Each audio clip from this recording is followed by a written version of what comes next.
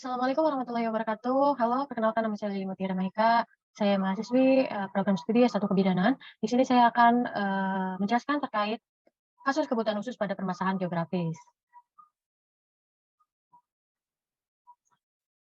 Nah, yang pertama ada kebutuhan khusus pada permasalahan geografis dengan lingkungan berpolusi. Nah, untuk kasus ini, dari salah satu jurnal penelitian di Desa Darangan Semunggawe, Kecamatan Getasan, Wilayah Semarang, 8 ekor sapi dapat mencapai kapasitas kurang lebih 1.025 kg dan dapat dimuat di pupuk kandang. Jumlah sapi per hari bisa mencapai kurang lebih 80.200 kg.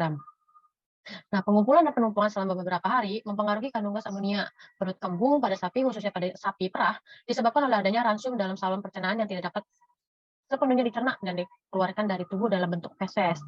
Nah, sehingga semua zat tersebut terkumpul dalam feses, biasanya diatur oleh peternak, dikumpulkan dan kemudian dibawa ke kebun yang mengalirkan ke sungai terdekat. Nah, jadi kasus ini tuh banyak para petani atau pada peternak yang membuang kotoran-kotoran sapi ini ke dalam sungai atau dibuang sembarangan. Nah, dari dampak dari kegiatan tersebut bisa menyebabkan seperti pencemaran udara, air, dan tanah. Ya, maka dari itu di sini ada pembahasan, karena permasalahan tersebut, limbah kotoran sapi harus ditingkatkan menjadi biogas dengan menggunakan teknik pemurnian biogas. Jadi ada salah satu penelitian bagaimana cara mengatasi permasalahan seperti ini, cara membuat kotoran sapi ini diubah menjadi biogas. Nah, analisis laboratorium menunjukkan bahwa fermentasi 1 kg kotoran hewan segar dicampur dengan 1 liter air menghasilkan 1.840 gram biosolid. Produk dan pengolahan biogas dapat menjadi alternatif yang sangat efektif bagi penduduk Indonesia terutamanya. Hal ini terutama berlaku untuk daerah pedesaan, di mana mayoritas penduduknya bekerja sebagai petani dan peternak.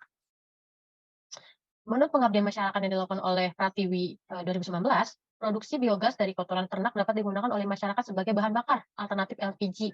Jadi banyak masyarakat yang bukan hanya ini saja yang menjadi masalah, banyak juga masyarakat yang kekurangan bahan bakar seperti LPG dan lain-lainnya. Maka dari itu, kegiatan ini, pembentukan biogas ini dapat memecahkan dua masalah. Yang pertama yaitu pencemaran udara. Nah, untuk memenuhi kebutuhan rumah tangga sehari-hari, mengurangi konsumsi LPG sebesar 30%. Telah ditujukan bahwa produksi produk organik dimungkinkan dengan pengurangan presentasi pupuk cair dan padat digunakan di lahan pertanian dan peternakan. Lalu selanjutnya ada kasus kebutuhan khusus pada permasalahan geografis dengan lingkungan dataran tinggi dan dataran rendah. Sebelumnya mohon maaf, ini ada kesalahan penulisan, harusnya dataran tinggi dan dataran rendah. Nah, untuk kasus itu sendiri, ditemukan 20 bencana alam berupa banjir, tanah longsor, dan puting beliung terjadi di Surakarta dalam 5 tahun terakhir. Dari jumlah tersebut, 10 kejadiannya adalah banjir. Nah, kota Surakarta salah satu kota yang memiliki beberapa potensi bencana alam, tidak kalah rawannya dengan kota-kota lainnya. Di kota Surakarta, di mana jumlah perempuan lebih banyak dibandingkan laki-laki, terdapat masalah-masalah khusus gender dan kerentanan perempuan selama bencana lebih kompleks dan sering daripada laki-laki. Nah, untuk pembahasannya, program inovasi layanan yang tanggap gender sebagai langkah mendukung penanggulangan bencana yang tanggap gender, inovasi pelayanan service innovation adalah suatu bentuk inovasi yang diwujudkan pada barang atau jasa yang dihasilkan oleh lembaga publik dan dapat berupa produk fisik maupun non-fisik. Inovasi gender yang dilaksanakan BPBD Surakarta antara lain pemanfaatan data gender, lalu yang kedua sosialisasi kebencanaan dan perlindungan khusus perempuan, lalu pelatihan dapur umum dan pembinaan perempuan, serta keanggotaan forum desa tangguh bencana termasuk keputusan, trauma healing, dan jitu pasna. Lalu selanjutnya ada kasus kebutuhan khusus pada permasalahan geografis dengan lingkungan radiasi. Nah, untuk kasus ini, Komisi Pengaturan Nuklir atau Bapeten menetapkan adanya paparan radiasi tingkat tinggi akibat pembuangan limbah radioaktif secara ilegal. Sebagai besar drum berisi tanah yang terkontaminasi, 86 drum 100 liter, selain itu ada 19 drum alat pelindung diri APD bekas yang digunakan kelompok yang melakukan dekontaminasi dan perbaikan di lokasi, serta 25 drum rumput terkontaminasi atau potongan kayu kecil lainnya. Diduga kawasan tersebut tercemar dan memiliki radioaktivitas tinggi, sehingga total 16 pohon ditebang. Semua limbah ini disimpan di Pusat Teknologi Limbah Radioaktif Batan di kawasan Nuklir Serpong. Untuk pembahasannya adalah pengolahan limbah radioaktif meliputi penanganan, penyimpanan, dan pengelolaan limbah radioaktif, termasuk pengurungan unsur radioaktif dalam limbah dengan bahan matris atau pemadatan, dan penyimpanan balok hasil pengurungan agar limbah radioaktif tidak menimbulkan bahaya bagi orang atau lingkungan.